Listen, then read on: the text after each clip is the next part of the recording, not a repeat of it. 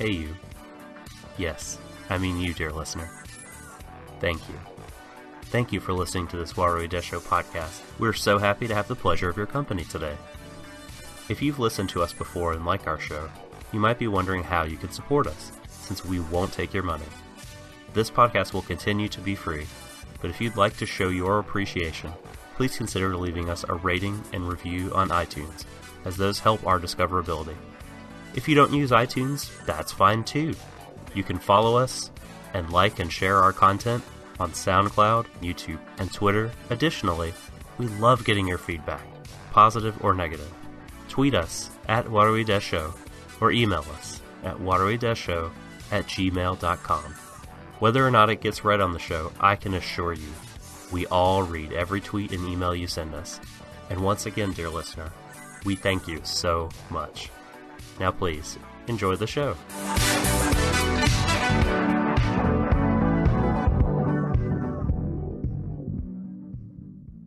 Warui Deshou.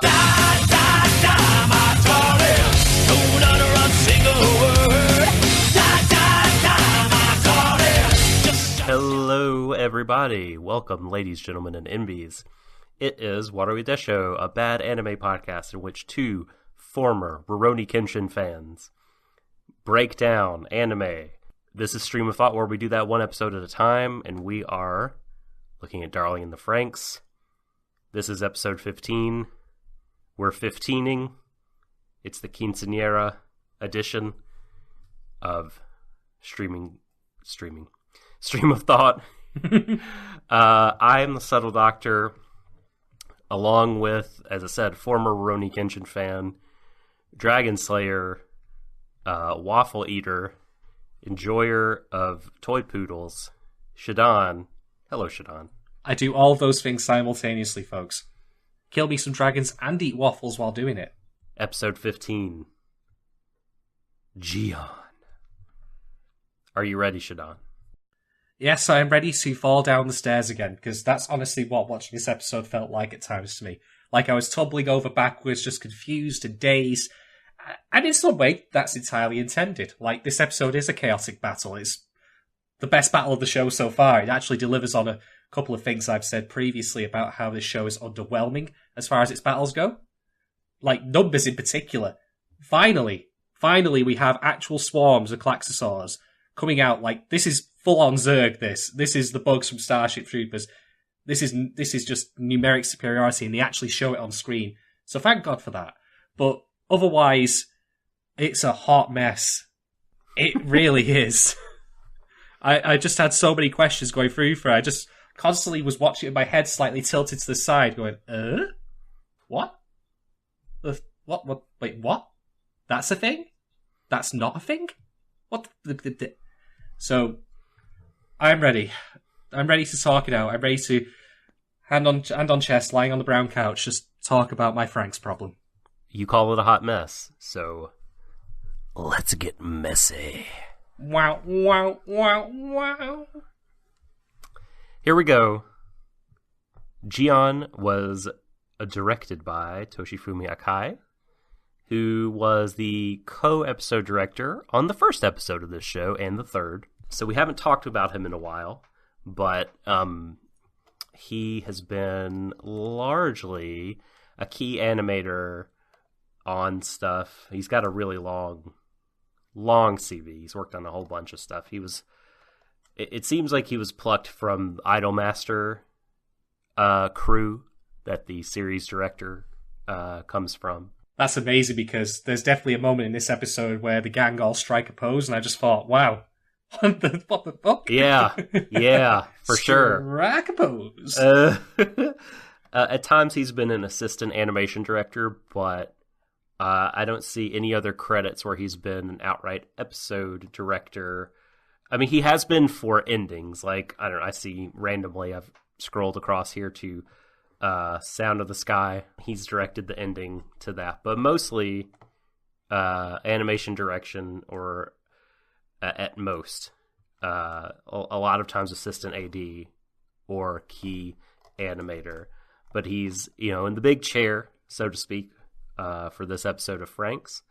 And the writer, here. The writing credits given to, once again, Hiroshi Seko, who penned the script for the previous episode, as well as your favorite episode, episode 11, Partner Shuffle is back. I get to say Partner Shuffle again, even though that's not really going on. Wait a minute, it did happen this episode, yes. We had a Partner Shuffle. Ichigo and Goro, come on down. Get ready to have a new partner in your mecha. It was the After Hours version. Because it's time for partnership. Yeah. Oh, yeah. Those are the Franxx co-pilots for this episode, we'll say. So now, let's get into it. First thing that happens is a briefing. We are shown something of the Grand Crevasse. The Squad 13 is told, hey, we're going to go and win back the Grand Crevasse for Papa. He's wanted this for a long time. And when they show it, it just looks like a giant dome. Mm-hmm. It looks like a hot cross bun. Or a Eucharist wafer. Well, they break that pretty hard by the end. They do. They sure do. To reveal the blue sky above. But there's some walls they have to get through. But yeah, it looks like a kind of a flat technodrome with a communion wafer roof. I don't know. But so is that the Grand Crevasse? The Grand Crevasse is below it, right? Because at the end of the episode, the Robo Bishops say, the way to the Grand Crevasse has been opened. So, Doc, I suppose it's below there. Like, here's the thing. We still don't know what it is, and I'm talking from the audience perspective here. The kids don't need to know. I've said many times that they don't need to be told directly. They can be kept in the dark, but it might help if we, us mere mortals trying to understand the grand tapestry of this often infuriating show, might be clued into exactly what the Grand Crevasse is and why they want to go there so badly. I mean, I still have a clue why. Did Papa leave his car parked in there and they want to go get it back? I'll tell you like I said a couple of episodes ago. One of those needs to know basis things, like one of those James Bond films. And I do need to know, so cough up, show, please. We're now less than 10 episodes left to go. What the fuck is going on? Why are we doing this? I think is it Kokoro or is it someone else who asks, what is the Grand Crevasse? And, well... That's a stupid question. Shut up. I love how Nana does this, because if she was in the Matrix, then she would be dodging bullets doing this, because that question is avoided. That's a swerve right there. Yes. No, we're not going to tell you what it is, but here's pictures. If this was Kaiji, we would see like a metaphorical manifestation of the mental state of Nana would be in the Matrix, like Neo dodging bullets. Yeah, pretty much. This scene just feels redundant. Here's things you're doing, off you go. Yeah, and they introduce the, I hate to, invoke the name of Evangelion again, but it reminded me of that when, where it just sort of pastes words on the screen to illustrate the mental state of a character. Oh, I hated this. I really didn't like the way they used it at all. I'll concede. The episode. I'll concede that the problem with this is not really so much the show's fault as it is the subtitles, because they have to occupy more screen space by default. Yeah. But it also really doesn't help that both the subtitles and the original Japanese are in a colour that kind of makes it hard to see when it's against actual... when it's against black background, it's fine. But otherwise, it's half the time really difficult to make out. Although that's not the least of my complaints with the text in this episode, because we switch locations so often. I honestly thought it was going to start saying Plantation 13, 20 past 1 in the afternoon, partially cloudy with a chance of rain. Should there be a scroll below? Yeah. That's just for that shit. Wasn't that a Naked Gun skit? I can't decide though, because Monogatari gets a pass for me on a lot of things, including this, honestly, but it's able to do amazing things, so it can kind of get away with it. I would almost rather them... I can't decide. So they could do what they did here, which is just paste it on the screen. Or they could do what they do in Monogatari, which is just to cut to a card, every few seconds. And that can be, if you're not really, really good at carrying pace and tone that you want if you don't have a good grip on those and moving them forward. That can do. I can see doing that really fucking up everything about an episode. So I don't want them to do that, but I don't like this either. So I don't really know. I mean, perhaps they could have just had him, I don't know, think out loud, inner monologue type stuff. Or, well, I don't... Fuck if I know, man. Because it did convey some interesting information. I just wasn't a huge fan of the method of conveyance. No. The briefing at least does show us some images from the battle, and as I alluded to before, I've complained previously about, how the show doesn't really do big numbers as far as battles are concerned. This time it does. It pulls off really well.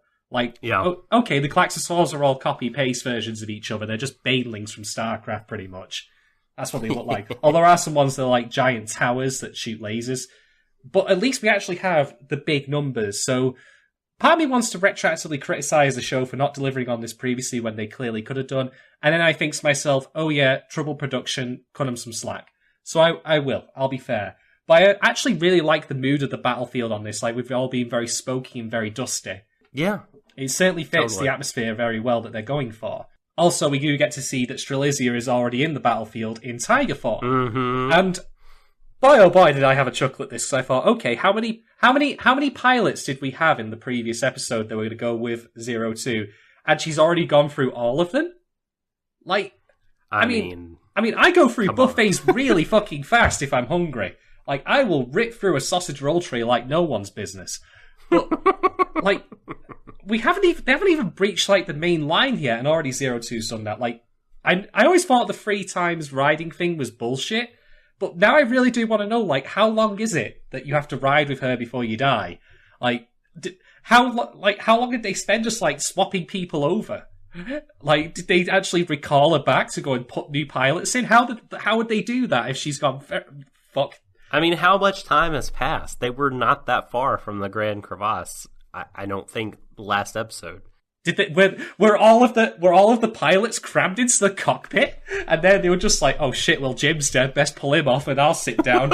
Did they have a bunch of straws? Well, we'll get to this later, but I don't think that's possible. I don't think more than 2 in a cockpit is possible. No, that would make too much sense. Yeah, I think she just probably gathered them all in a room and killed them all, just to be done with it. I think she just executed them. Man, I hope someone broke out of that by saying, "Before we begin, Miss 02, can I go to the bathroom, please?" And you just hear a car driving off in the distance. It's no, I'm out of here. Fuck this, guys. Yeah. I actually want to point out that, by the way, ahead of time, there is no one in the cockpit for with 02, not a dead body even, I mean to say. Which is something I'll bring up later as just a small thing I wish they had done to illustrate her nature a bit more for Hero when he does eventually, as you guess, get back in there. But we'll come to that. We will. So, we get to see also here the Robo-Bishops. In space! Yes, in the Star Chamber. You were right, actually. It is the Star Chamber. It is literally in space. Yes, among the stars. And Dr. Franxx there, with them. Werner, by the way, we learned this episode. Werner Franxx. Yes, it is I, Werner. I've come to visit you. Do you reckon it's actually Werner von Franxx? If he had a von in the middle, it would be perfect. It would be amazing. It would be. It will be so perfect. He's there, and the bishops are glad that they are going to win back the Grand Crevasse. It turns out that that's one of the 2 goals they have. They're now revealing the hidden second goal that they're working on concurrently to this. And I had forgotten this until looking at my notes just now, that the construction of Ring Horny is almost complete. Yeah. It's just Ring Horny with an H in the front. I'm sure that there's a meaning behind that somewhere. But again, just know, every time we go to this fucking exposition space station, I'm fucking bored. Yeah. You're not telling us anything. saying that you're building something with this elaborate name is great and all, but it could very well just be a vibrator for all I know. That's exactly what it is. That's all it could be. I don't know what the fuck this thing is. Is it a fucking car? Is it, a battle bot? What the fuck? Like, tell us something of substance here. It's so late in the game. A lot is revealed this episode, and then it feels like late in the game. And so I think that's probably why at times this episode feels a little rushed to wrap up previous conflicts, because I guess they now maybe have some ideas of how they want to go to the finish line and what they want to explore. We'll get to some of those at the very end of the episode. But yeah, this is one. I don't really have a lot of goodwill left for the Robo Bishops and the scheme. It's kind of they've had their time to show that they were interesting and doing things that interested me, and it's kind of passed. It's honestly whatever. As boring as any workroom meeting I've ever been to. That's the mood I have when I'm watching this, because I'm having terms thrown at me that I don't understand because no one's taken the time to explain it to me. This isn't even basic stuff. This is neologisms, new words, new concepts. I mean, we actually now get to the Grand Crevasse. We still don't know what it is, and now they're throwing in this other thing that they're building. And I'm like, why the fuck should I even care? If I had the subtitles turned off at this point, it wouldn't have made a difference. The only thing I would have learned, in fact, the only thing we do learn of substance, if you call it that, for this entire scene, is Franxx's first name. Oh, great. Fan-fucking-tastic. 2 thumbs up. Gripping storytelling. Ja, ist und important fact. Yes. I mean, the only thing that's in that space station, to be honest, is padding. That's what it is. Right. So, the Nines are in battle with Strelizia, as you say, in Tiger mode. Tiger mode. And Squad 13. I know this is your favorite scene in the whole show. They bid Hero farewell. They go, and then honestly, if this was a different show, the scene would make me nervous because it feels like just a huge death flag. But I mean, nothing. The show has shown its hand insofar as nothing's going to happen to these guys. It's too late now. It's too late to start building up tension for people dying. Up until this episode, actually, I need to say that in this episode we do see characters die. They're actually our favourite, C team, the 26 kids. They die. Who have grown mysteriously grey-haired, the one of them. I don't even remember what he originally looked like. He had just dark hair, so he's the piloting has aged him greatly. Even though he still has his just like watching this young show. Skin and stuff like that. You're right. He does. He's just gotten gray hair from doing it.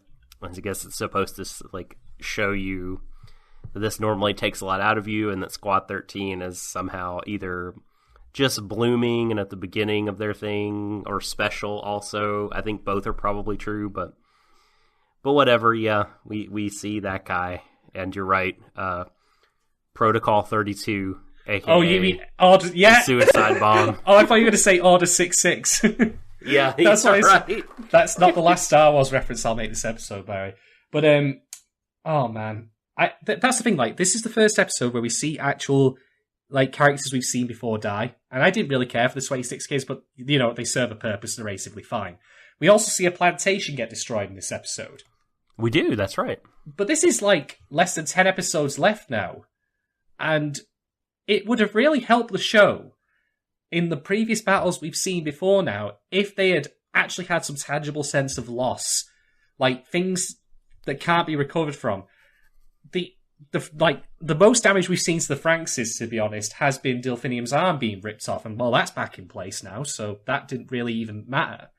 None of the characters have been very seriously injured except for Mitsuru, and he's back on his feet. This fight, I have no idea what the stakes are, why they want the Grand Crevasse. We don't have a sense of mortality of our heroes.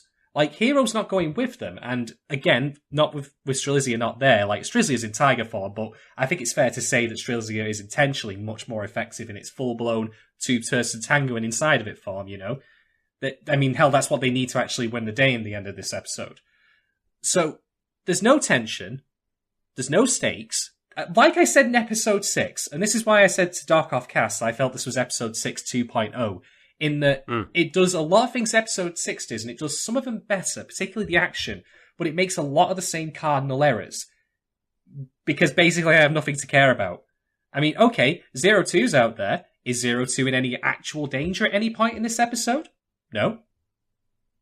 So that's a thing. The plantation gets attacked at the end. Do we actually see anyone, like, in the civilian populace get hurt? No. But we do see Zorame's, surrogate mother person very briefly. I was like, oh, hey, you're relevant again. Hello there. Yes. Call back. I can just imagine her husband, like, coming out of the virtual machine, like, it's like, well, what happened in my absence? What happened while I was away, honey? And she's like, oh, nothing, dear. Just as a clacksaw flies past the window. Yeah. This battle in a vacuum is fantastic. Mm-hmm. Better than the most of the other battles before. In fact, it probably is the best battle in the show. But that's damning with faint praise when, again, I still have no sense of, anything, any tension here, no stakes, no idea why they're even doing this. And, well, you might say, well, what about, the plantation blowing up? Because they actually blow one of them up deliberately to try and breach the Grand Crevasse. And I'm like, I didn't know any of the people on there.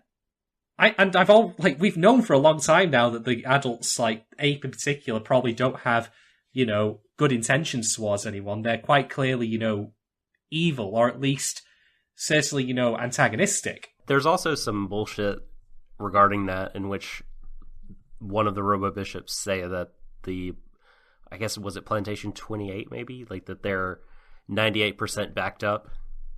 So yeah, it doesn't even matter. No.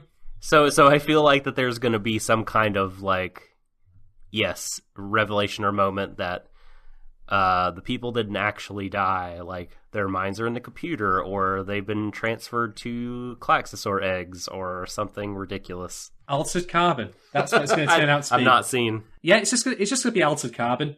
Like, we'll just download you in and out of bodies. It's fine. No biggie. Just put you on a hard...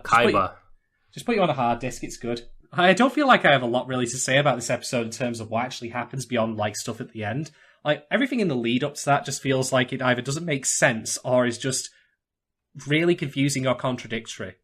Or even both. We'll go through it. Yeah, I'm sure you'll have things to say. I mean, I do agree with you that the battle was good for this show, but man, I mean, it really isn't saying, like, this is a very below par anime for robot battles, especially by the standards of Trigger, but just in terms of just mecha period. I mean, I'm someone who's seen a lot of mecha shows. I'm a fan of the genre, and boy, this is not a show I'd recommend anybody watch for the battles, because they are underwhelming. Or if you want to watch it for the battles, watch clips of them on YouTube. But then there's way better places you can go for better robot battles. For sure. But, that's how bad it is as far as the context goes. You can watch these without knowing anything about what's going on, and it doesn't matter because, lo and behold, I don't know about what's going on. I don't know anything.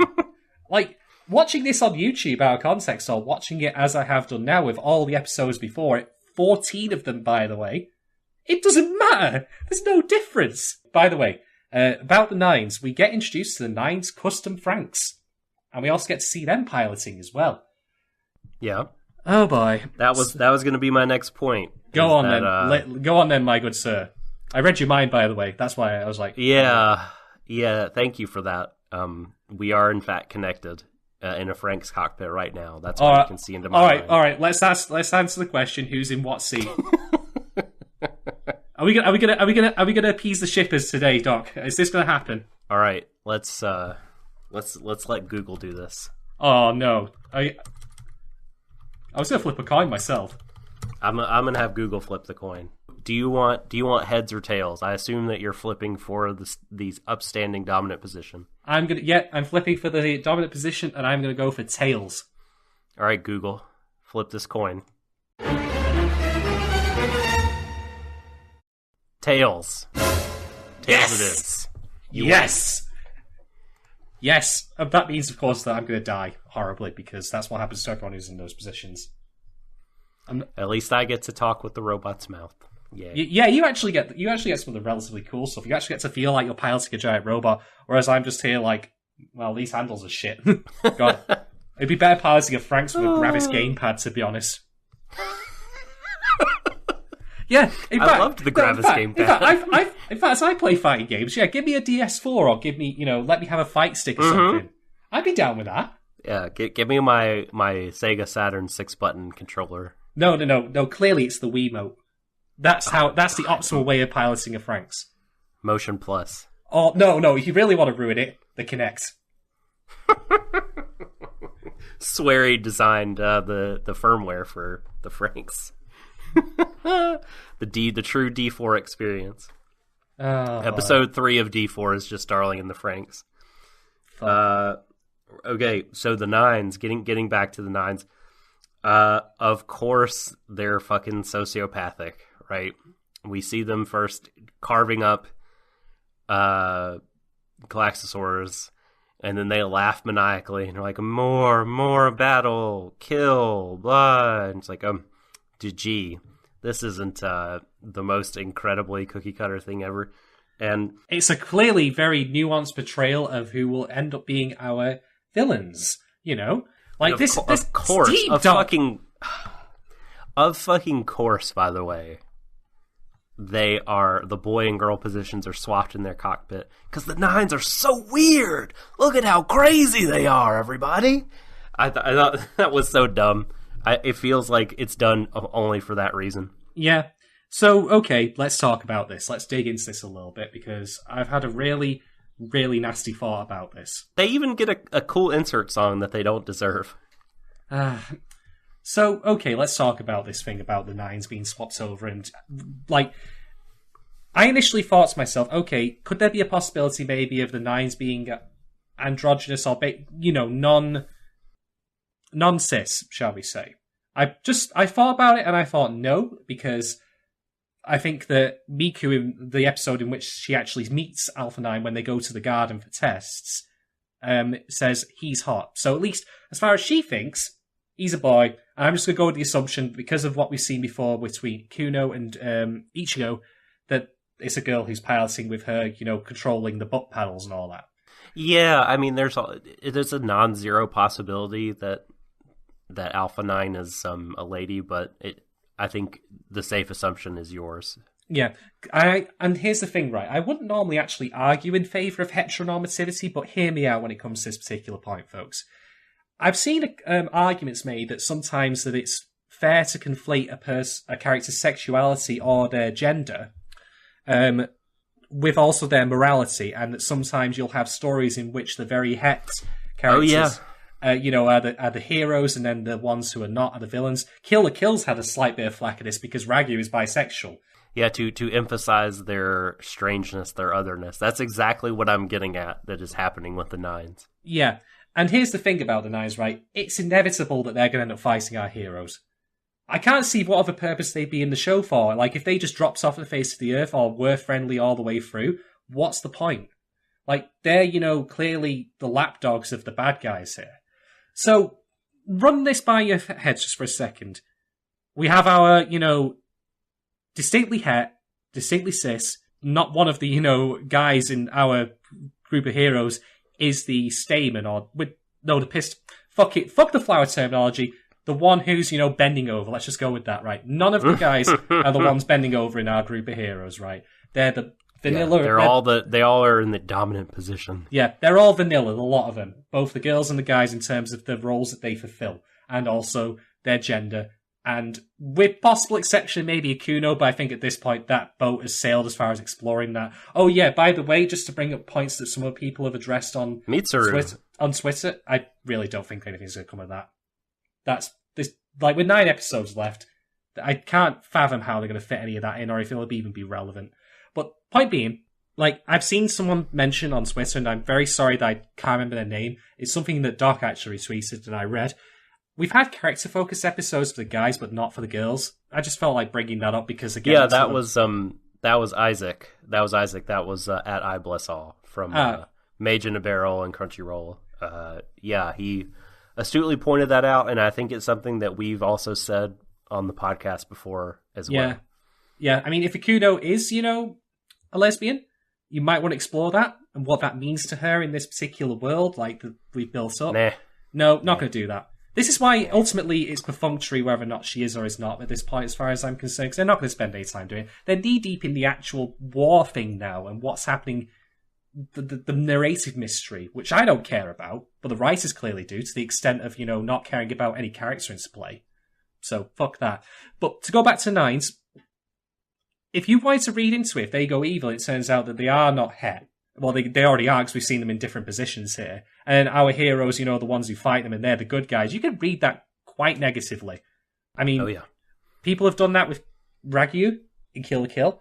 I don't agree quite so much with that, because I think that there is a certain extent to which it's not reasonable to conflate sexuality with morality. It depends on the individual product. But when you have a show like Franxx, which is sexually coded as it is, with the whole piloting thing, which, again, I don't even get why it's a fucking thing in the first place. Because everything we've learned at this point has nothing to do with, puberty or sexuality or anything like that. It's paid lip service to it best. So, if it turns out that it is going to go that way, then either A, we've got the fact that the Nines are all, het and cis, in which case, why do we not have more unconventional pairings amongst our heroes? Oh, wait, I know exactly why, because it's weird and gross for, the target audience, apparently, quote-unquote, because fuck that. Or we have the alternative, which is worse, which I've already discussed. So I don't think there's any getting out of how this is going to progress now that they've opened this can of worms. It's dumb. It's stupid. They're just cartoon villains at this point, and unfortunately they're coded in such a way as far as this whole piloting arrangement goes that just either opens plot holes or just makes the show look really, really insipid and also insulting. Pick your poison. Oh, by the way, also they have glowy horns as well. Not regular horns, but they just glow because, of course, they fucking ethereal horns that aren't really there, I think. Yeah, why? Fox if I know. Whatever. Well, no, so I guess my theory would be, right, is that they're an experimental group like Zero Two, only they were not as heavily modified. I don't know if they were human or Klaxosaur first. Who knows? But my guess is that they were human first and they were Klaxosaur a little bit, but there's something that would run contradictory to, like there's a fact reveal later in the episode that would seem to dispel that notion, but the show is not exactly internally consistent with its logic, so who can say? On Kill la Kill, I will just, not to go into too much of a digression, but I think that the arguments about Ragyu, or is it, I can't remember, is it Ragyo or Ragyu? It's not Ragu, which is a brand of bolognese sauce in the UK. Yeah, same here. It's not the spaghetti sauce. Is it Ragyo or Ragyu? We'll just call it Rags. Okay. I don't remember. But the villain, I think you have the counterweight of Mako. I think it's really easy to read Mako as a queer character, and she's quite good, morally speaking. It's a little bit easier to skirt away from that charge when you're dealing with that material. But yet again, we have the same studio seemingly pulling this, where if it just seems like it's such an easy thing to do for people. Make the villains sexually queer, sexually quote-unquote deviant, have these like outlier sort of minority tastes to underscore their sociopathy, their strangeness, their differentness, you know what I mean? And conflate queer in terms of sexual preference and gender with like queer in terms of like your worldview or your humanity or whatever, your morality. I think that's happening here, and it's dumb. Let's move forward to the point in the battle in which all the Klaxosaurs get the fuck out of the way. They part like the Red Sea in front of the Technodrome here because a super layman class, whatever that means, Klaxosaur, is burrowing up from beneath the surface of the earth. And we've had the GameCube, we've had the Norelco 3-in-1 beard trimmer. And this time we get the Jawa tank from Star Wars A New Hope. Yes, that's exactly what I thought. Like, fucking hell, it's the exact same shape. It really is. It's even on wheels. I know, and it's on the tank treads. It just has a fucking face. That's the only difference. It's just, at first I thought it was like a cruise ship because I could only see the kind of tip of it. But as the dust cleared, it's just like, oh. I would love it if it turned out Jawas were the real villains of Franxx. That would be amazing. Houdini! That would be brilliant. That would be brilliant.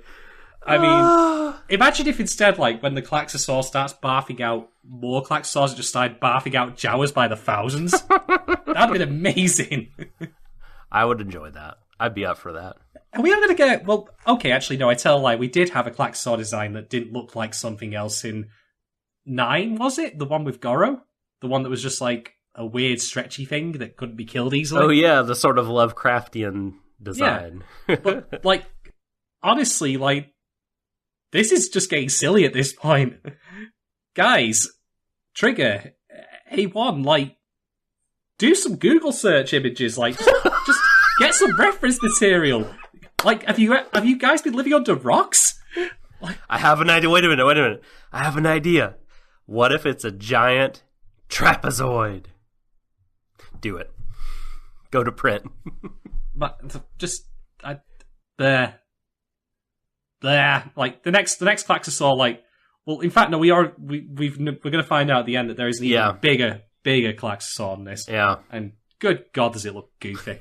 Let's save the reveal. And so this is the point in the episode when the 26th squad, gray-haired as they are now, do their suicide mission. Yep, execute Order 66. Right. It's Protocol 32. Protocol 32. Well, the Klaxosaur, I think we said before, it actually does destroy a plantation. 28, I think. That was mostly backed up. It was 26. It was their own plantation. Oh, yeah. So, 26. So it's heading for 30. And 26, their sacrifice does not destroy the Klaxosaur, but it immobilizes it. It takes the rims off the wheel, scratches the paintwork. But the thing tips forward such that its head, its pointy head, bursts through the surface of the wall. I really thought I was just going to rest against it.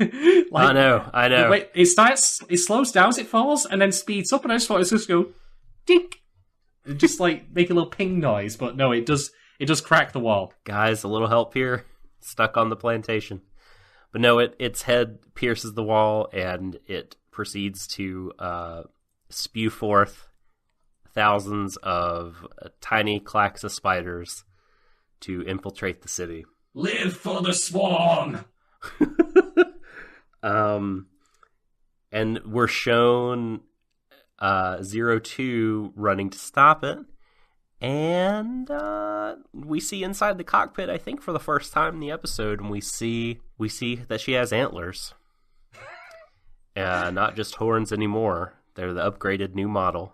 And she's like glowy-eyed she looks very, very different. You know, right, when it comes to depictions of demons and like goat-like satyr creatures and all that, like the horns, I have never seen horns branch off like they do in that in any sort of art depiction. Usually they either are just massive, like single blocks, or they curl like goat's horns, because a lot of satanic imagery is based around goats and such. So I don't get what the image is here. Like, I honestly thought maybe they were connecting directly with Strelitzia. Fucks if I know. Whatever. I mean, can you imagine walking around with that, though? Like, how does she get out of the cockpit once she's done? Like, does she bang her head? Can she, like, go through, like, low headroom? You're not supposed to think about these things. You're overthinking. To me, they reminded me of some of the line work on the sides of the Klaxosaurs, like the blue glowy lines. This may or may not be intentional. We see that, of course, and then we get the lovely hero back in the briefing room, and Werner strolls in, and they they commiserate about how pitiful Zero Two is, and I Yeah. just wanted to smash their heads together. Yeah, not like either of you two have done anything about. In fact, come to think of it, why doesn't Hero like have any memory of what happened to Zero Two under Franxx's? Like, he saw him in the room torturing her. Yeah. Like, Why didn't he just be like, "What's up, fucker"? I wasn't expecting him Get to outta confront here. him about this, but at least like if he just remembered it and just like, wait a minute, this guy's bad. Also, apparently. This guy's apparently, Dr. Franxx, like... That's about as much as I expect him to be able to think, because he's a thick piece of pig shit. Like, the only thing that's floating around in his head is an amoeba, maybe two if I'm generous. But, like, on top of that, also... there's a lot of room in here. You can come live with me. God. But on top of that, like, how the fuck did Franxx get back to Earth so quickly? Like, It's amazing. like, he's done that before, where he just walked in from the right-hand side of the camera, and I'm like, where the fuck did you come from? Weren't you just in space? Go back to your nursing home, Gramps. Like, seriously.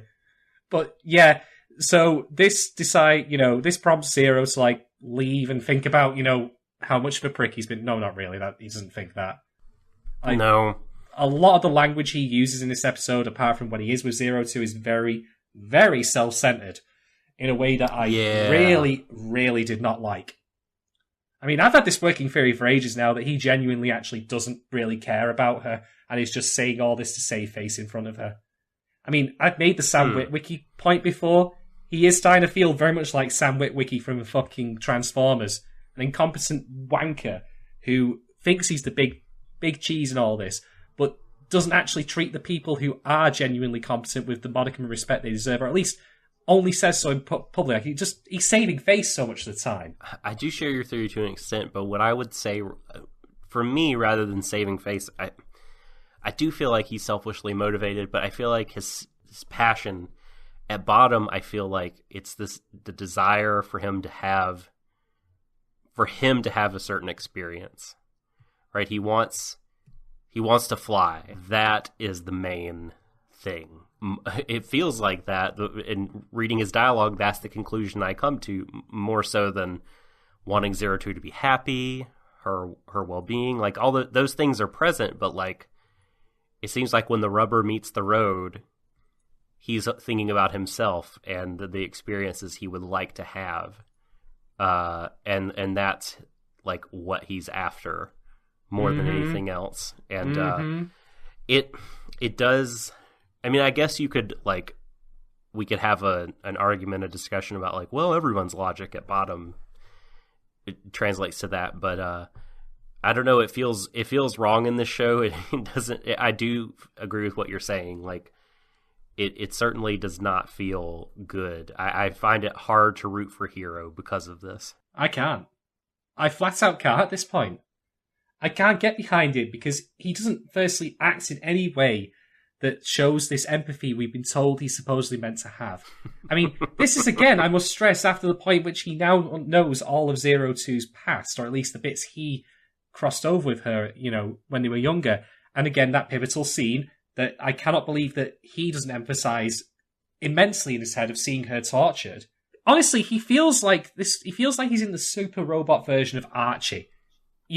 He's perpetually got two girls, one to his left, one to his right, and he can have whichever one of them he wants, despite having the personality of a fucking sea anemone. And I can't stand it when he talks like that. Like, he says later on, like, I need you so I can fight. And I'm like, alright, Hero, alright, let's really, really break this down. First off, no you don't, because you literally just symbolized that you were still willing to fight by coming out in a training robot. Sure, it wasn't very effective, but that's something. Two, fight against what? What do you want to fight here? Is it the Klaxosaurs? You barely mention them as a thing that you of interest. Like, Zero Two wanting to fight Klaxosaurs? I get. I don't agree with her logic in it, but she's probably been fed a load of bullshit about it. What is he ultimately wanting to fight here? If he had said, the authority, they'd done this to them, then that would be the connective tissue that would make all this make sense as far as this line goes. But no, he just wants to fight the man, whatever the fuck that, like, I don't even know What is he wanting to fight? Maybe it would be problematic for him to say, I want to save Zero Two, like, and the whole damsel in distress business. But it feels as bad or worse to me that he's doing all that to relieve himself of some kind of, like, burden. Like, you know what I mean? He's like, I have to tell her something. And Goro's like, you have something you have to tell her, don't you? It's like, the reason should not be framed around him and about him. No, exactly. Making him... allowing him to do something, like, at least, you know, frame it around her in some way. Like, it's like, I find it very, very, very astounding in this show that we're meant to sympathize with a protagonist who's framing this in a very me kind of way, relative again to something that I cannot keep stressing enough, because the show doesn't do it, so I'm sure I'm going to do it for it instead, of a girl who was, you know, tortured and abused from practically the day she was conceived and treated like an animal. But no, it's all about him. Fuck off. Just fuck off. I don't like this aspect of the show at the moment. I really, really don't. I hate this because I read it as an undercurrent of, again, pandering to the demographic. Pandering to... Oh, yeah. Yeah. I don't know if it will be worse, pandering to the demographic, or perhaps, like, this is just the sort of limited perspective this is the actual viewpoint of the writers, you know what I mean? And they kind of are like thinking that this is good, that they don't see the issues therein. Yeah, I think that it could even be worse than that they see, like, that this is incomplete or incorrect or wrong, but they want to pander. I don't know. I think the former might be right. Maybe it's a mix of the two. It could very well be, but either way, again, like I said before, pick your poison here. You're damned if you do, and you're damned if you don't. I expect something a lot more, just even a little bit more nuanced than this when it comes to, you know, characters with motivations. I mean, if we want to talk about the love triangle here, again, I'll bring up the perennial example here, Frontier. It's done now. They've now killed it. Oh, for sure they have. But the thing is, in the run up to this, like, what has in each character's, like, motivations been like for the love triangle thing? Ichigo because, well, that's just how she's felt since a kid, and because she's a bitch. If I spelled that out, would that be like? Damn it, Doc! You held that really, really long there. That was quite the thing. That was sarcasm, by the way, for anyone just joining us for the first time inexplicably. Yeah, Doc. I love Ichigo. Doc is hashtag Team Ichigo, and to some extent, I'm in agreement. I'm hashtag Team 02. Although I think that me too. That's the thing, is I like both the characters. I just think Ichigo gets an undue amount of shit from both the creators of the show and the fans. Yeah, and both of them, unfortunately, like I said with the Archie comparison, are wedlocked to a complete waste of oxygen. Like, it's true. Yes, they're fighting over the shit bag. Yeah, I mean, I think of Alto from Frontier, and sure, he was a bit of a pissy guy a lot of the time, but he had an arc of his own that wasn't dependent on either of them. He sure did. He had two interesting arcs, the one in the movies and the TV show. Both were good. I mean, as much as I might complain about, you know, like, female characters, you know, relying on the men in shows, like, for their arcs and their development, it does work the other way, folks. Like, it's not strictly just about when female characters get dumped on, although they do get dumped on a lot more narratively than male characters, unfortunately. But, like, Hero's arc here is the dependence on another person rather than him self-actualizing. And it's a selfish chorus's way of doing it as well. At least with Alto, like, you know, his decision, like, did he want to be a kabuki actor or did he want to be a pilot, didn't actually relate in any way to either Cheryl or Ranka. That was just his own personal arc, and the love triangle kind of informed that a little bit and helped push into certain decisions, but it didn't certainly, you know, define it. This triangle is utterly weak. Well, when you think about the Gion metaphor, it is sort of a metaphor of codependence. It is. Which might not be the healthiest thing in the world. No, the codependence can be fine if the characters are or if the people involved are contributing relatively equally here. But, again, like I say, Hero's getting 02, it's just because he wants to pilot a Franxx. That's not even anything to do with her as a person, really. He can say all he wants that he loves her, but I don't buy it. I mean, this show has actually had characters blurt out, I love you, to each other without really them understanding it. So why should I preclude any understanding on his part here either? Why should I assume that? It just feels like he's saving face because he did a bad thing in the previous episode. Yeah, it does feel very much like that. Yeah, I feel bad. So I said bad things. Yeah. Oh, and by the way, let me my behavior to you or whatever has been fucked up or something. You know. Yeah, I mean, I said at the end of the previous stream, I thought that I really did not want them to be anything more than friends at this point. But not only did they completely go way past that, so that them now being in love with each other and all that again. They had great sex apparently. The metaphor for it anyway. But not only have they done that, this is the episode immediately after it. Like when Brank had disappeared, and when Cheryl disappeared, and when they had their fallouts with Alto or each other, they lasted a while. Mm-hmm. They didn't This is a big beef I have with this episode too. They did, yeah. I mean, going back to our previous episode, like myself and Doc, we had very strong disagreements about how we felt about the drama in it. Like, I did not care for the drama at all. I thought it was manufactured melodrama. But that's just my opinion. That's not me saying... It was real good. Fair enough. But here's the thing, right? Whatever side of the debate you might fall on as to whether or not the drama in episode 14 was good, I don't think there's any real debate in the fact they should have made it, last a bit longer than simply 2/3 of another episode. Yeah. The whole fucking team who... What appears to be a matter of hours earlier had the shit kicked out of them by 02 was like basically planning the hookup of Hero and 02. All is forgiven, mates. Yes, like let's let her back into our lives. This person now. It's that almost as much as what you're talking about, like the time for the mains to figure things out. That whole thing bothered me a lot. Yeah. I mean, why the fuck is the team so, like, into getting them back together? Why?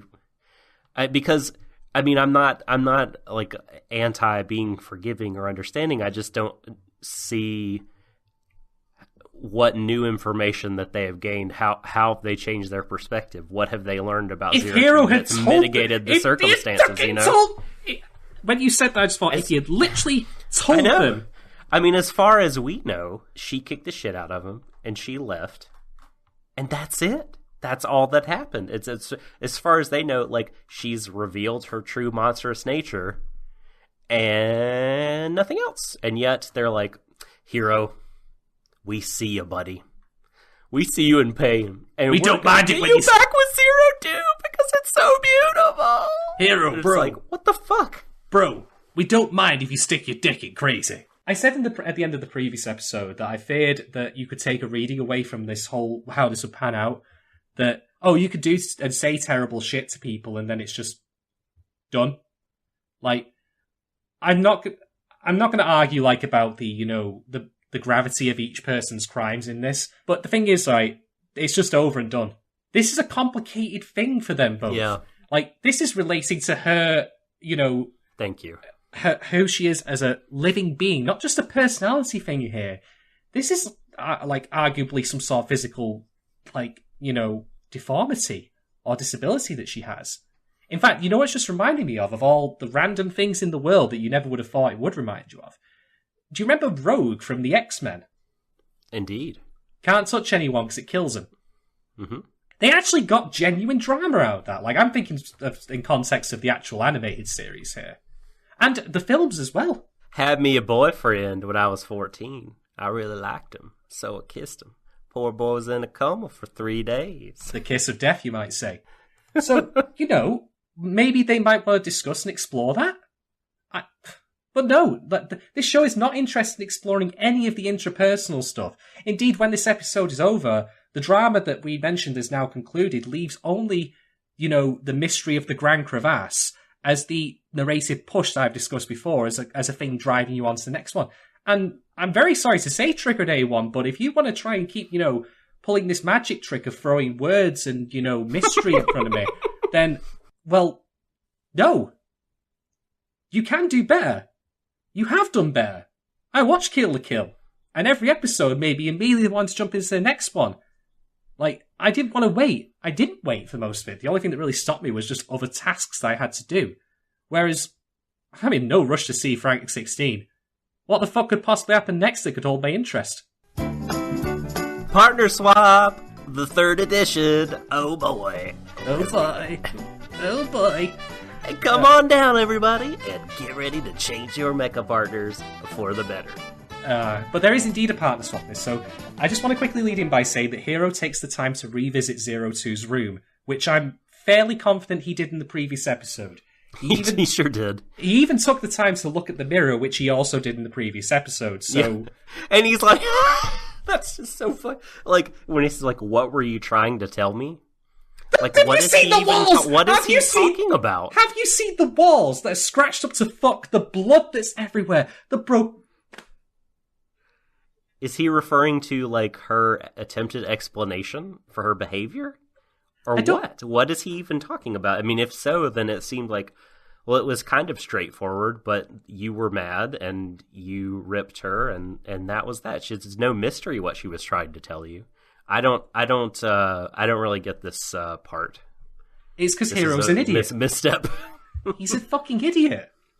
I don't even get why they put this scene back in, because there's a lot to cram into this episode, and there's a bit later on. All that discussion aside that we've gone on about here, let's actually talk more about the events of the episode. So after Hero makes his, detour to a scene he's already been in a previous episode, like he travelled back in time, it wasn't a different thing, it was just him reliving the events of episode 14 again.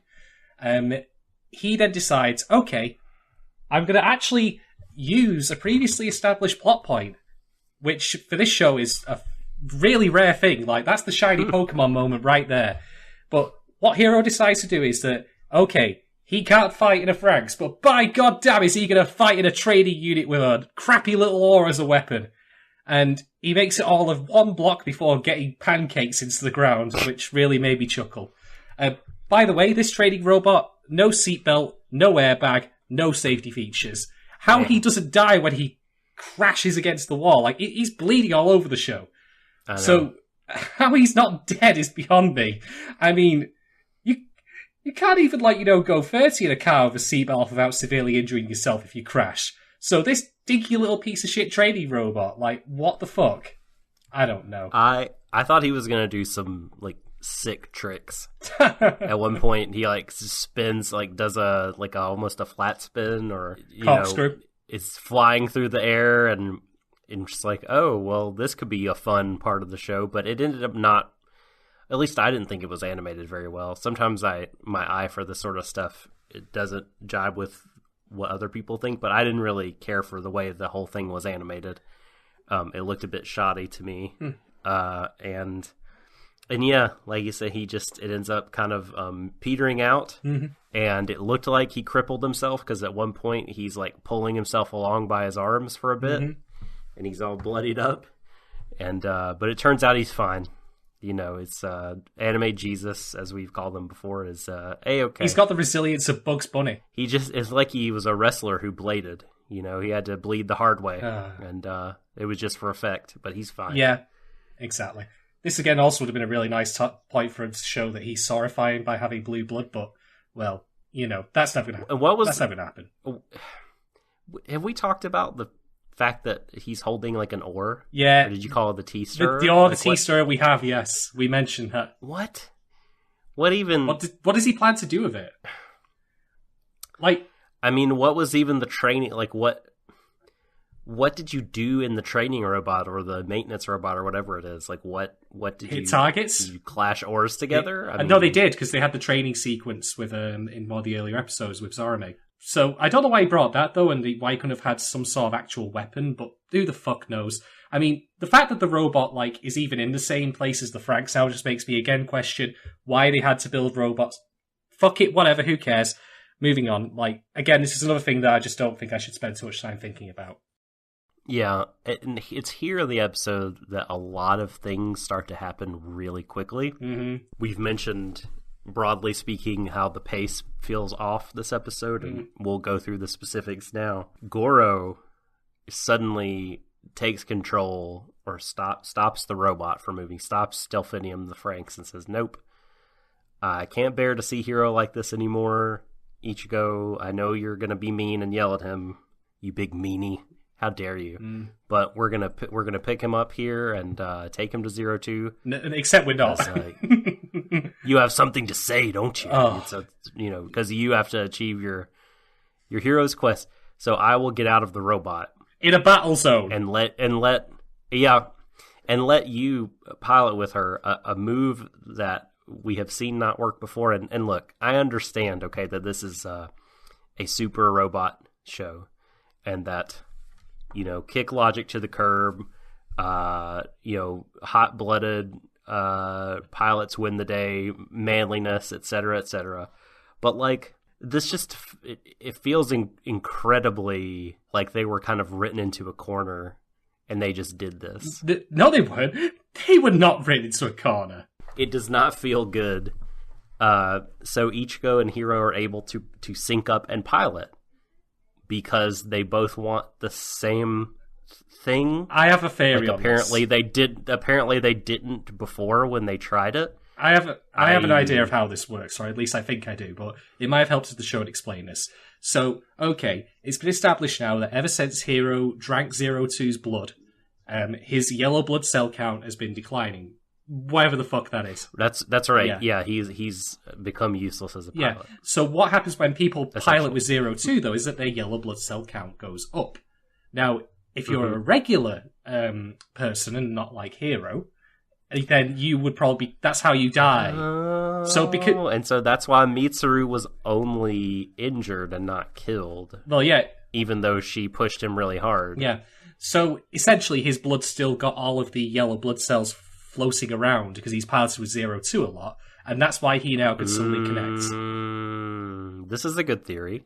This makes sense. Although, ironically, you know what that means? If ever there was to be optimal piloting, if 02 came back, it meant that it means he would have to alternate between Ichigo and 02. The Archie thing again, Betty and Veronica. Fucking really. Well, okay. Well, but why is he now able to pilot with Ichigo? Because again, he's just got the yellow blood cells now that allow him to pilot. It would have worked with any of the women. Well, how did he get them? Because again, 02 caused him to. That's what happens when you pilot with 02. She causes yellow blood cells to rise.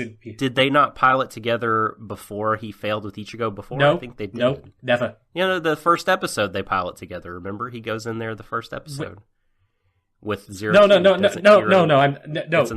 Yes, that's right. Okay, that doesn't make sense. I confess. Maybe. All right, who the fuck knows? It's stupid. I wasn't happy with the explanation I was giving anyway because they don't go into it. And here's the thing. The thing, folks. Right. First off.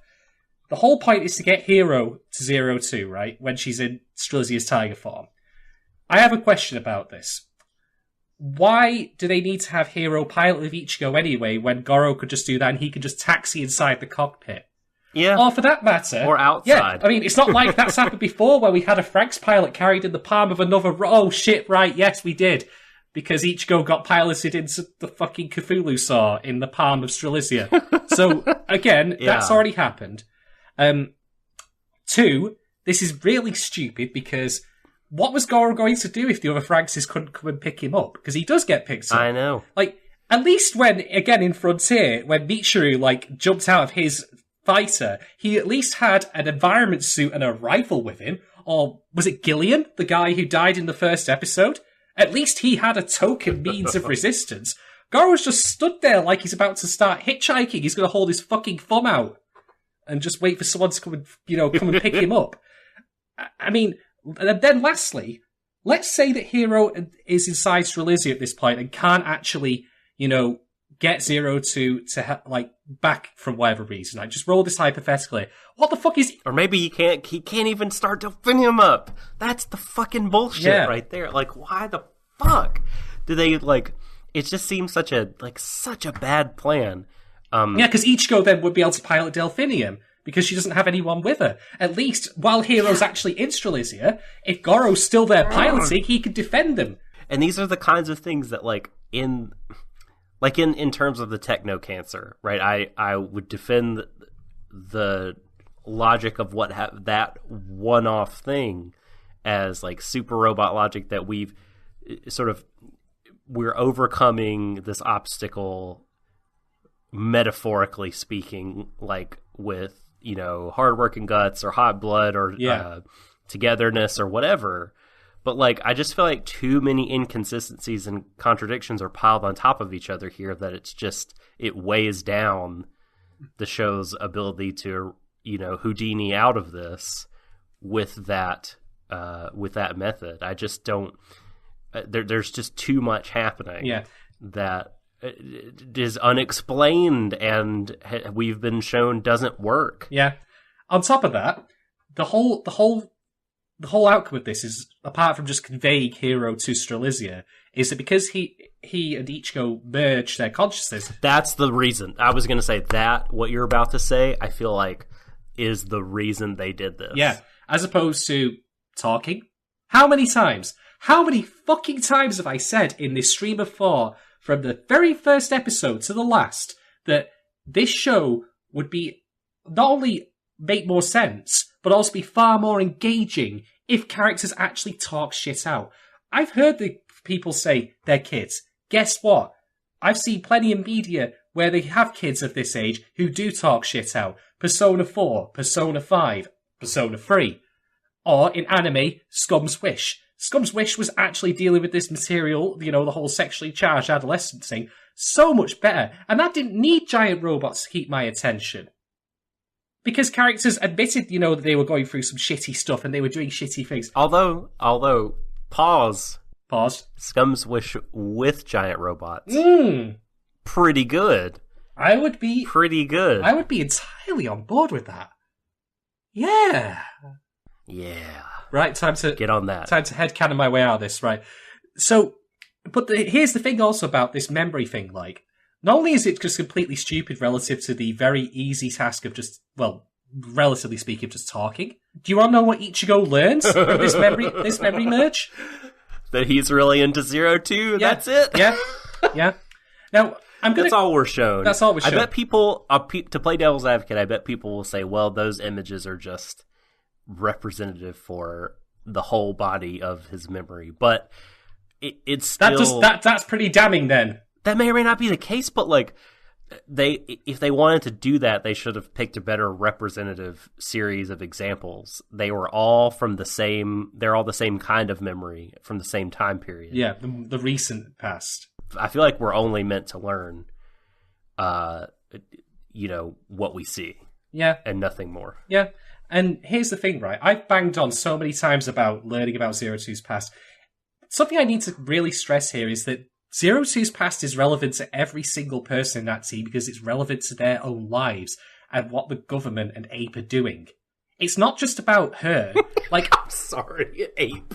I know. It's hard to take seriously. It is. It absolutely is. But like, and be mad about a group called Ape. Yeah. I mean, if Zero Two had just been abused by a single bad person in the, you know, garden, and the rest of the garden staff, generally speaking, cared and all that, like, I'm not trying to diminish what's happened to here, but I would understand why it might not feel quite so relevant on many levels. It would just be relevant on an emotional, you know, sympathetic level. But I can't stress enough how much that this information really should be divulged but to them some way, so that way it can actually, you know, change their worldview. And the fact that Ichigo still doesn't learn this, like, I'm genuinely convinced at this point not one of them will find out about Zero Two's past. It wouldn't shock me. It would, and if it doesn't, like, I can't fucking believe they wouldn't do that, just because there's potential for good drama there. Mm-hmm. That's the thing. It's not even about necessarily me complaining about the logic of it. Like, you know, about why Hero doesn't even voice the, you know, idea of not telling them. There's potential for good drama from this. But they don't want to do it because the writers are high? What the fuck? I don't know. They do not like the talking. I do confess that it's starting to, I say. It just flat does undercut a lot of the drama that these kids never have any conversations with each other about this shit when they so easily could. Yeah, they easily could. Absolutely. Yeah.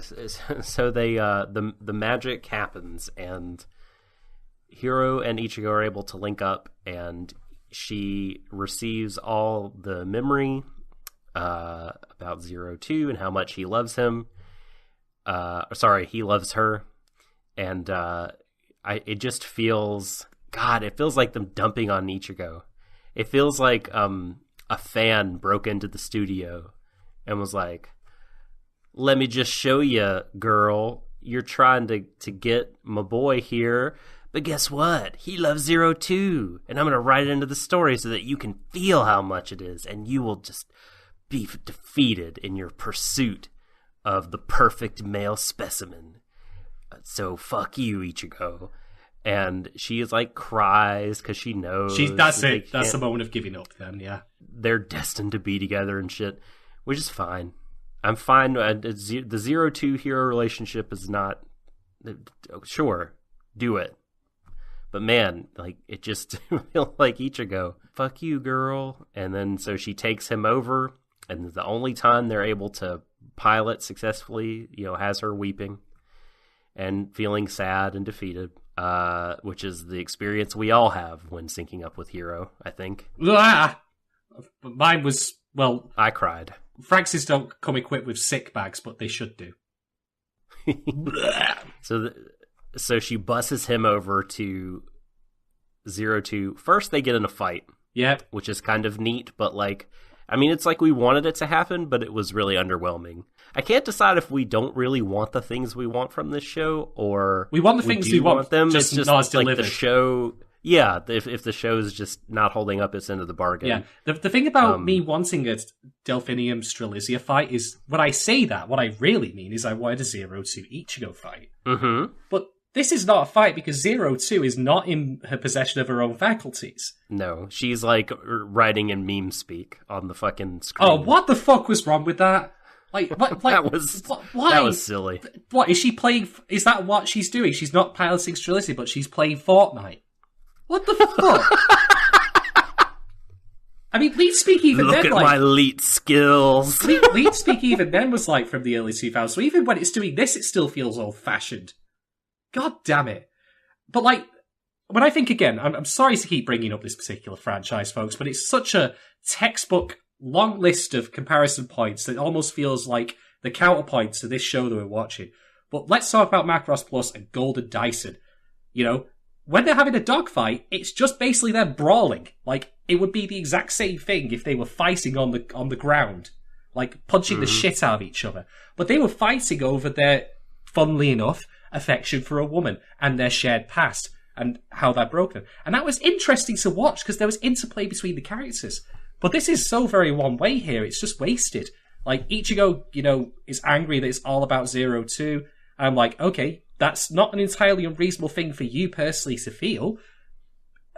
And mind you, I again stress that maybe it would have helped if she'd known the info about this place, because when it is, there's a very good reason it's all about 0-2, let's put it that way. But, we don't have anything back from 0-2, because she's not in the state of it, so it's just kind of wasted. It's not even really a fight, because Strelitzia is just in tiger form, just stood there for the most part.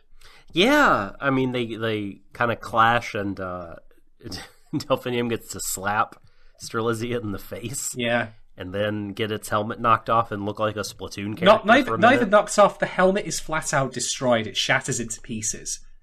Which, by the way, about 2 minutes later... I have a spare right here. Yeah, about 2 minutes later, Delphinium's hat is back.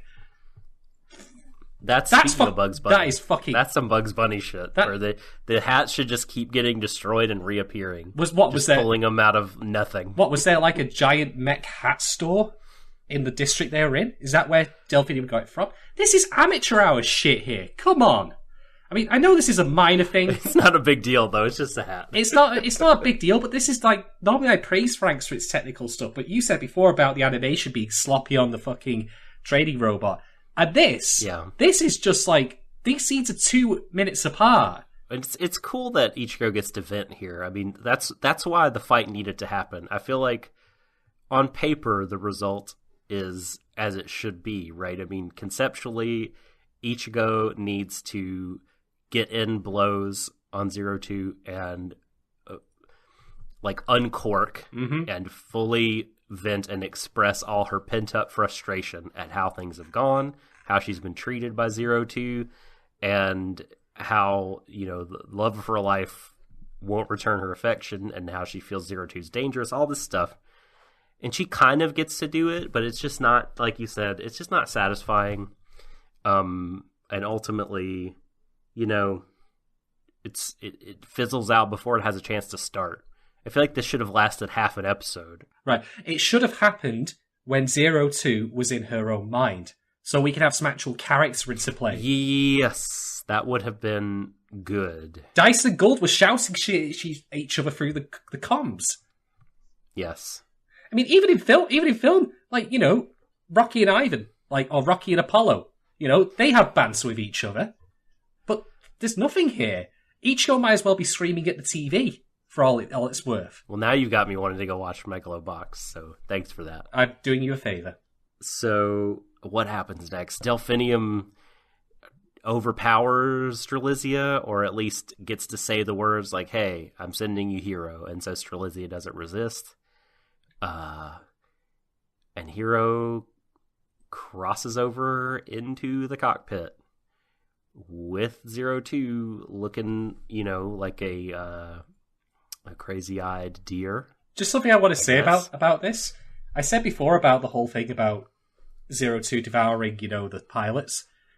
If they really wanted to have a moment of, hesitation for Hero here, which reminds him of Zero Two's nature, but also gives him cause to, get past it, the last pilot she was with should have still been in the cockpit. And then he would have forcibly had to remove it. Take him over him just to see it and then have him go, ugh. But no. She's more than that. This is not her fault. I mean, that also would imply then, that they didn't take the time to recall Strelizia somehow and take the pilot out, which seems implausible. I don't know.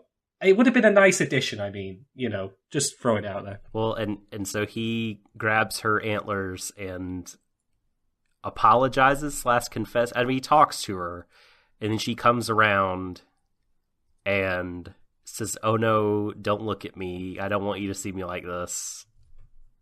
And starts apologizing, saying, I used you, I called you fodder. And at least he has the good decency to say, I called you a monster, and he apologizes for that. Mm-hmm. And they're weeping and hugging, and they love each other, and they're back together. Hooray. Within the space of an episode, folks. It's just that quick. I mean, Jesus Christ, if the English dub, right, I hope Zero Two's Australian, because she literally is a fucking boomerang. Threw her out, came right back. Last episode, her being called a monster was clearly affected her a lot, and she's very easily forgiven him here. Although, it could be because, look, she's thinking I did terrible things or said terrible things too.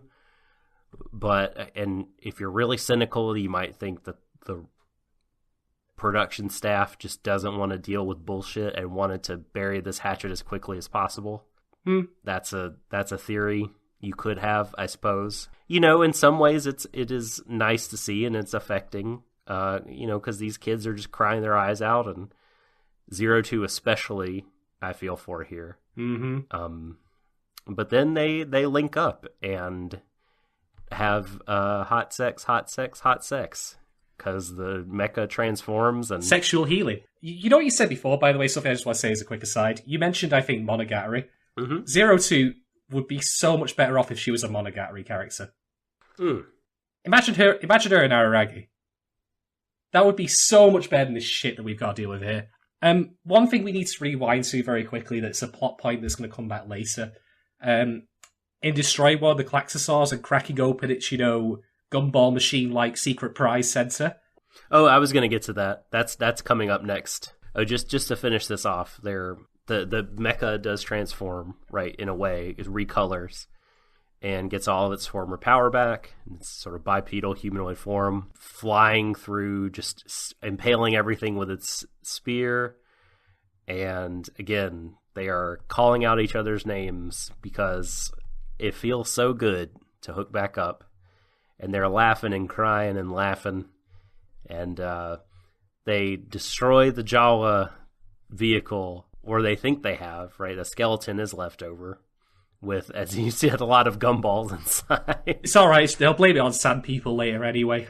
And So I have in my notes, all caps, humans in the K-eggs. Oh, God.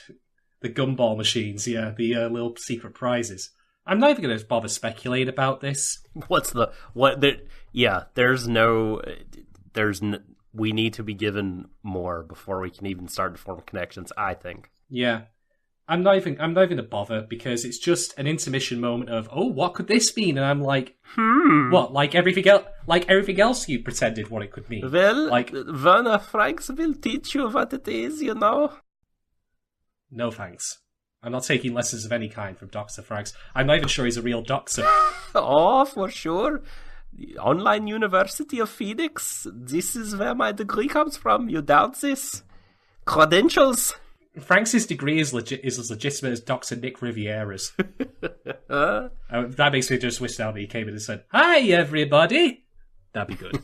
I'd be okay with that. Like, okay, maybe it turns out that the Klaxosaurs are actually robots piloted by humans. Or whatever.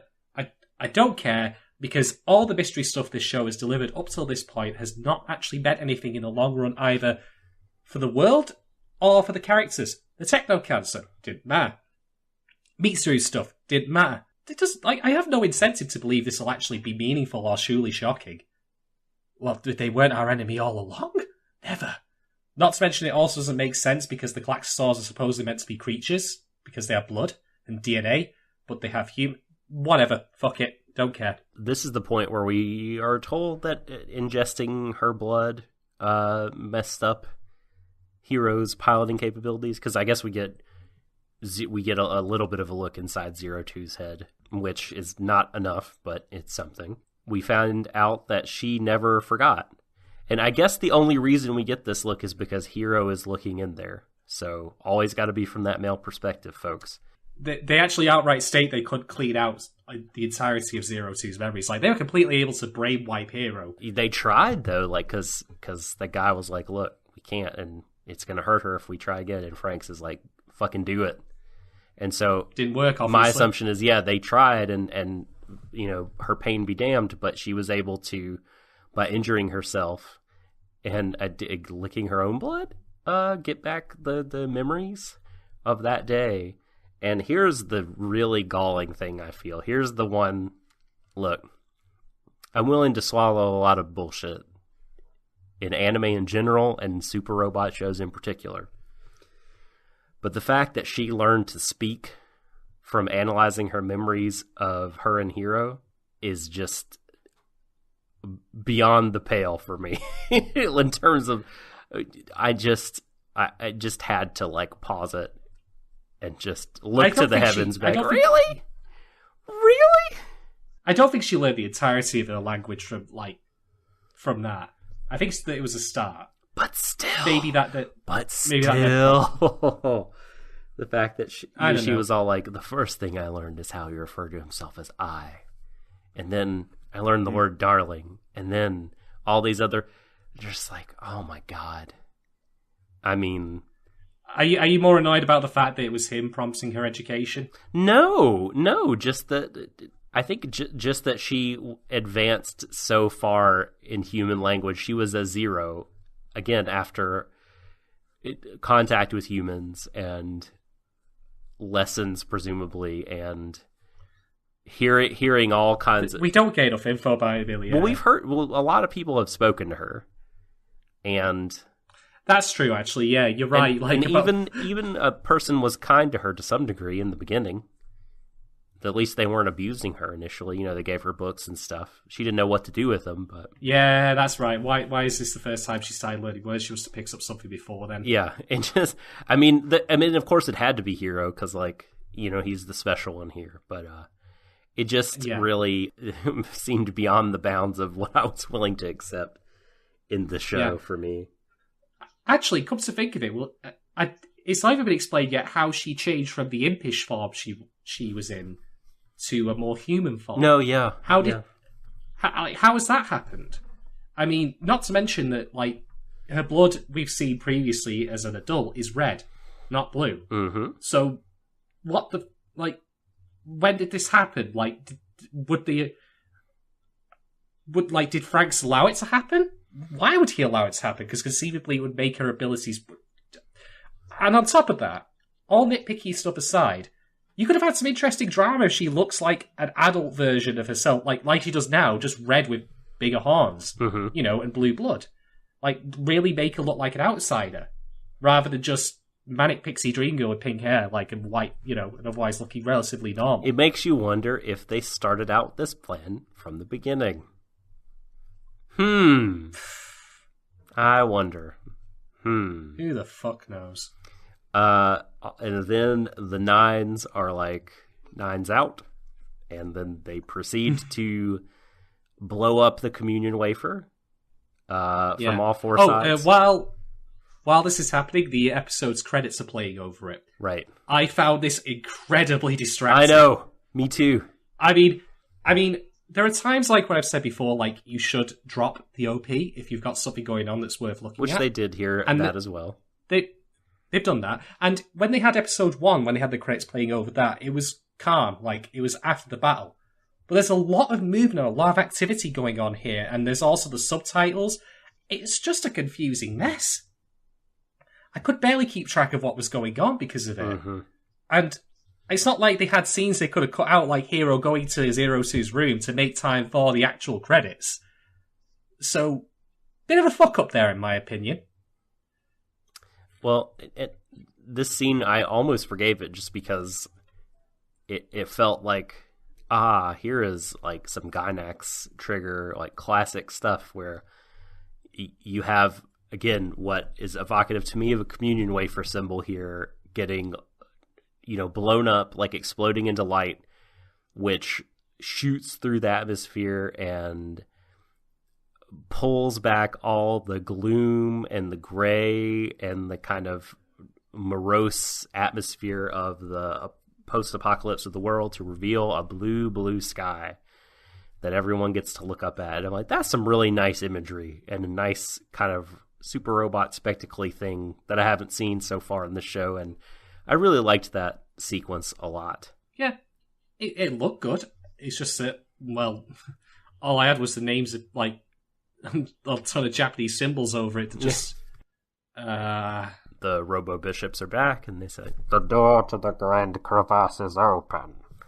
And, then we see the things inside the skeleton, right? At that point, don't we? The eggs? Well, there's the giant core. The eggs, the actual human that Miku comments on is seen earlier, but It's implied at this point the Klaxor cores basically contain a nice, pre-packaged human, foil wraps and everything, to keep it fresh. Well, it looks like there's a bunch of those balls inside the skeleton of the Jawa tank. Collects them all. Yes.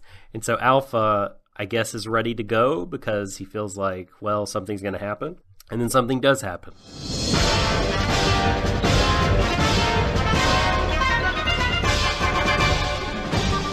Talk to the hand!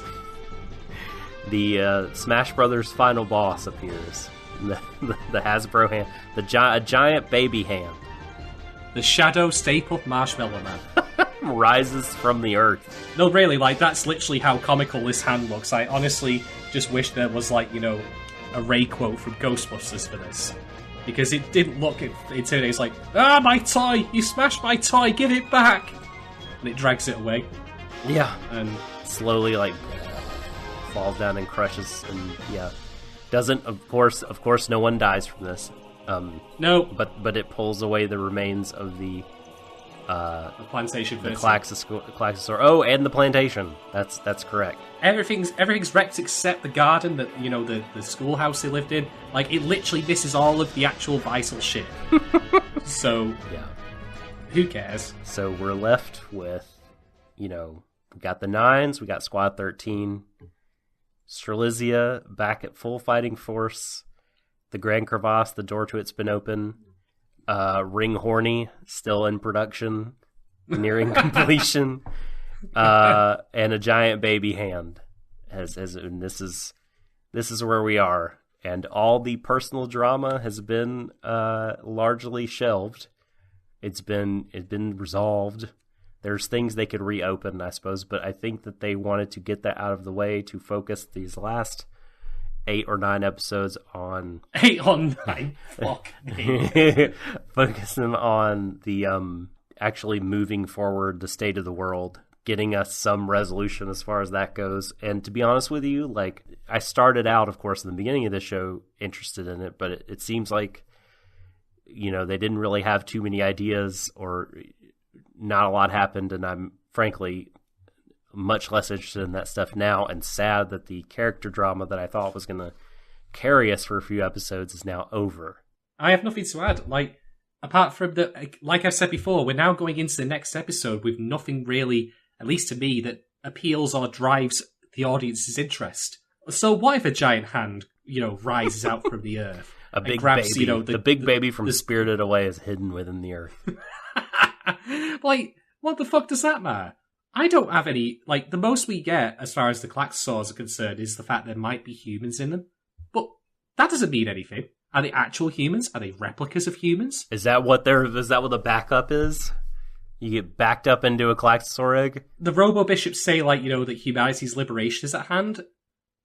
But what does that mean? Like, they obviously know what's going on. Yeah, they do say as well when they sacrifice the one plantation that, like, you know, let's liberate them from their bodies instead of they could die or whatever. They take that as a positive. So hopefully they'll tie it. The show will tie that stuff together soon.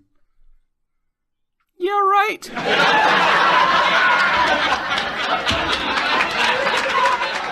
You can speculate about a show all you want. You can speculate about where it might be going. But like with the Lost comparison I made a couple of times before, it needs to give us something. It can't survive on mystery alone. None of this mystery stuff is even really stuff that the characters care about. Zorome had the closest insight possible, really, with, you know, him meeting an adult. That hasn't meant anything. Even, like, the most it's meant is that we saw that lady again this episode. Did it matter that she was there? No. She was just there as a person we remember. Because, I don't know, maybe it's meant to finally bring home the human factor? But it's not like anything happens to her in particular, so that was pointless. Okay, let me ask you a question then, Doc. Let's go back to something that I've asked you before about this show. What is Darling in the Franxx meant to be about? It is. I'm sorry to ask you that because I know it's going to be a hard answer. Well, it is a super robot show about some kids conscripted in a sort of hastily thrown together dystopic world. They're conscripted to fight these beasts to save humanity, and there are trappings of flower imagery and sexual lingo that don't ultimately add up to much. And what is it about thematically? Oh.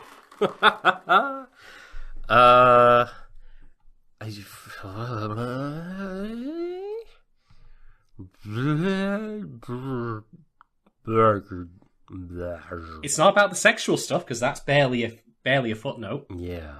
I mean, they've not even explained it. Like, it's not like, for example, it's really hard to pick something out that is not the plot.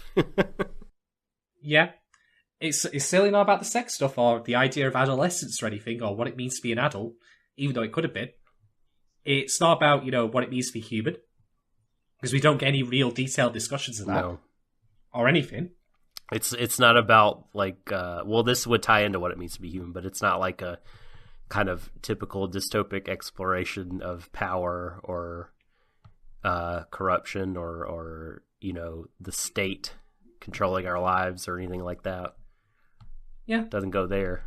Yeah, thematically, it's hard to say. I mean, I guess, like, you could lean on the Gion metaphor, but there's so much that happens in the show that doesn't really enforce that or underscore it, at least in my mind, a good or healthy way.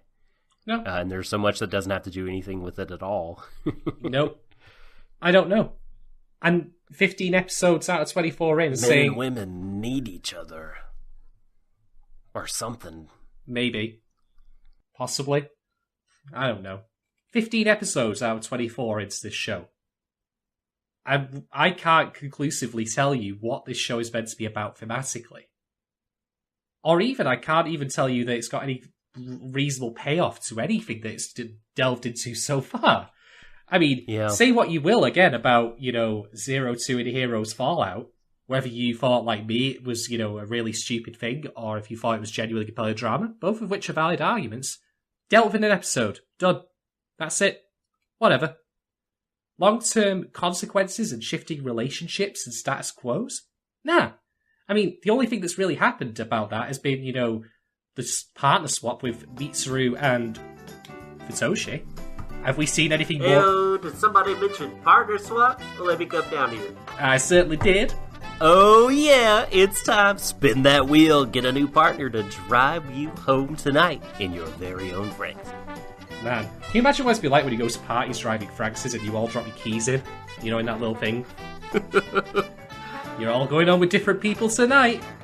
Oh yeah. Oh yeah. Oh yeah. Let's get it started. So, spin the wheel. Yeah, I mean, we've gotten some cool characters, like a couple, and we've gotten a couple of intriguing ones that could be more. But like, what are they in service of? Like you said, what's the thrust of the show? Yeah, I mean, I'm not sure, man. I mean, to be honest with you, by this point in Kill la Kill, I'm fairly convinced that we now know who Ragyu and Haruni are, and that they're bad, and what their agenda is. We know that Satsuki's got her own agenda. We've got that figured out. We've had a couple of fights. Character relationships have changed around. Nudist beach has become a thing. Ryuko loses and regains Senketsu by this point. Like, a lot happens, and a lot of things change and characters change. Like, that's the key thing about, like, Kill la Kill, is that in the end, although they still are very different people and are very much, aggressive towards each other, or at least antagonistic, they rub each other the wrong way. Like, the relationship between Ryuko and Satsuki changes. They come to an understanding. Nothing really has changed in this show as far as character relationships go. It's just kind of gone in circles. Okay, now Hero and Zero Two, are a problem couple, and now they're fine. Like going from to episode 5 and episode 6 where Hero's being killed by her, but no, he's fine again. And then we go into the downtime, and then no, she tries to kill him again, and now he's back and fine again. Like, nothing has really changed from the first time they properly got together. I mean, Kokoro swapping with, Mitsuru, has that meant anything since then? Since that was dealt with? No. They paid a lip service in episode 12? But that's it. Nothing. It doesn't matter. Like, if I had watched this without the context of the previous episodes, I wouldn't have known that they'd ever swapped in the first place. I thought it'd always been that way. That's what a successful partner swap looks like. Oh, like you never swapped in the first place. Indeed. Until you're ready to swap again. And when you are, that's when you give me a call, and we'll spin that wheel. Yeah.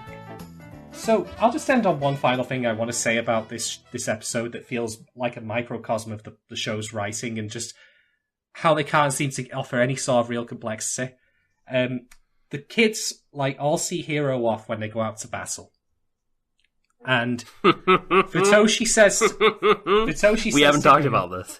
Yeah, Futoshi says to Hero as he walks past him and puts his hand on his shoulder, "Please don't go eating my food, Hero." I mean, what is this? Is this like a summer comedy?